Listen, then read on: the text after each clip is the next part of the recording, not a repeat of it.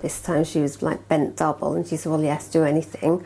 And she did that and it worked, and she was able to stand up, walk around and leave, and she was kind of fine, and she couldn't believe it. Linda's doctor wouldn't prescribe acupuncture, but she did finally get the chance to try it when she was asked to take part in a medical trial. I also use RAND6 over here. RAND6 is a point that we commonly use for energy.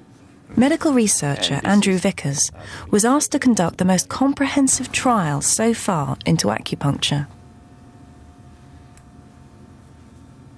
What we wanted to do was a very large study, taking pretty much all comers, anyone with chronic headache disorders, and we wanted to follow them up for a longer period of time, a year or so. And the idea was that the data from this study would be directly relevant to medical practice. And so the first full-scale acupuncture trial in the UK got underway. Together with 400 other volunteers, Linda was randomly allocated to one of two groups. One, the control group, had just the normal treatment. The other group had normal treatment plus acupuncture. Linda was in the acupuncture group. The acupuncture did something for her migraines that no conventional medicine had managed. I didn't have any through the trial, and then I never had another one afterwards. So it was kind of almost miraculous. What we found at the end of the trial was that patients who were in the acupuncture group had fewer days with headache, and the headaches they had were less severe than the patients in the control group. The results were intriguing.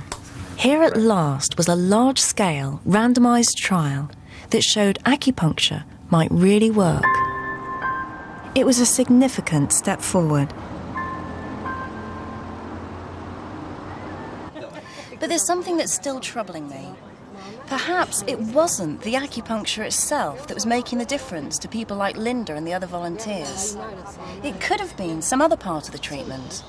Just being listened to once a week, having that kind of attention, or being able to lie down and relax properly. Maybe those things made a difference. And there's another big problem. And then you stimulate them manually? The placebo effect. If you know you're having a treatment and believe it might help, especially if it's something as elaborate as acupuncture, then that in itself can have a big effect.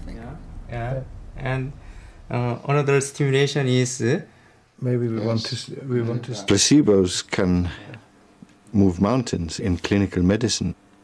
In order to create progress in healthcare, we actually want to find out whether a treatment is more than a placebo. It's a crucial hurdle to overcome. There's only one way to be sure that it's the act of needling itself that benefits the patient. And that's to compare those who've had acupuncture with those who've been tricked into believing they've also had it. Now, how on earth can you do that? Persuade someone they've had a 1-inch needle stuck into them when they haven't? Well, something's been developed that does just that.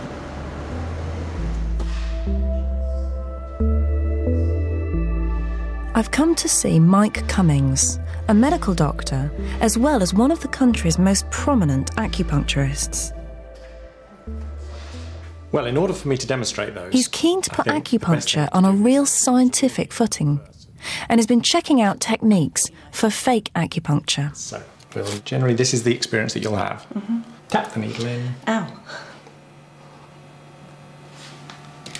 And then gently insert. Okay, I felt the spike, which hurt a bit. And when you pushed in and I didn't feel much, I just felt the spike really. Okay, so that's the real thing. So that's the real thing. So now I have to try and convince you, somehow, that I've done that type of procedure. This looks exactly like the needle I just put in your hand. Yet this one, rather like a stage dagger, actually disappears into the shaft of the needle. So when you insert it, it looks for all the world like it's gone in, but it's actually blunt and it hasn't penetrated your skin at all. Okay, we'll try it out. Pop that in there.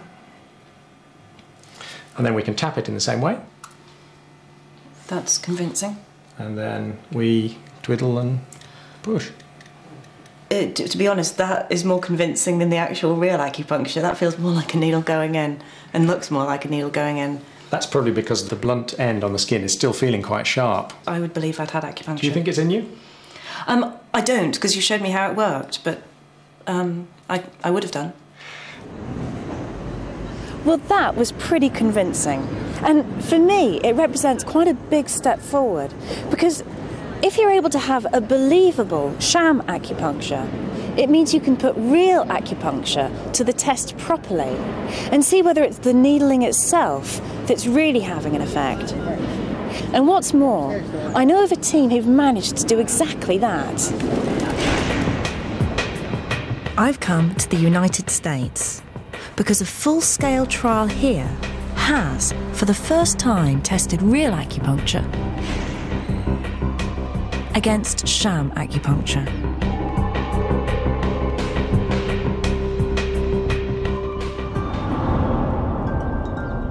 At the University of Maryland, researchers were determined to discover whether acupuncture was better than a placebo. Leading the team was Dr. Brian Berman. When you're looking for a placebo in an acupuncture trial, you need to persuade somebody they've had a needle stuck into them when they haven't. How do you do that? What we did was we took a guide tube, but there wasn't an acupuncture needle, and then we would tap it like that. And then we would actually tape over the point. We'd have them ready-made up. And it would look pretty much the same thing if you were looking down. Just the same. You said that you do this on naive patients. The people that we did it on had never had acupuncture before. Have you had acupuncture? I have. So you would be more able to tell the subtle differences between it. So, Maryland became home to the first placebo-controlled trial into acupuncture. As subjects, Dr. Berman used patients suffering from a crippling disease called osteoarthritis. There's no cure, only techniques for easing the suffering. Sylvia Ankers emigrated to America 40 years ago and has been in crippling pain for the last 20. You think you can do a lot. You know, you start to walk and you think, I'm going to be fine. I can walk this long road. But then the pain, it's hard to explain. It's almost like having toothache in your knees. It just really hurts. But acupuncturists claim great success for it. For Dr. Berman, it was the ideal condition to test. 570 sufferers were recruited and divided into different groups. They were randomized to one of 3 groups. They either got true acupuncture, sham acupuncture, or the education control group, which was the standard care from the Arthritis Foundation. Sylvia, although she didn't know it, was assigned to the real acupuncture group. They told us that, you know, we wouldn't know whether we were having the actual acupuncture or a placebo. On my first session, I was a little apprehensive because, you know, you think needles going in, they're going to hurt, but they didn't. Throughout the 26-week trial period, the team checked the effectiveness of the placebo. We think the placebo worked reasonably well. Most of the people in the groups couldn't tell if they were receiving true acupuncture or sham acupuncture. The team were happy that they'd convinced enough of the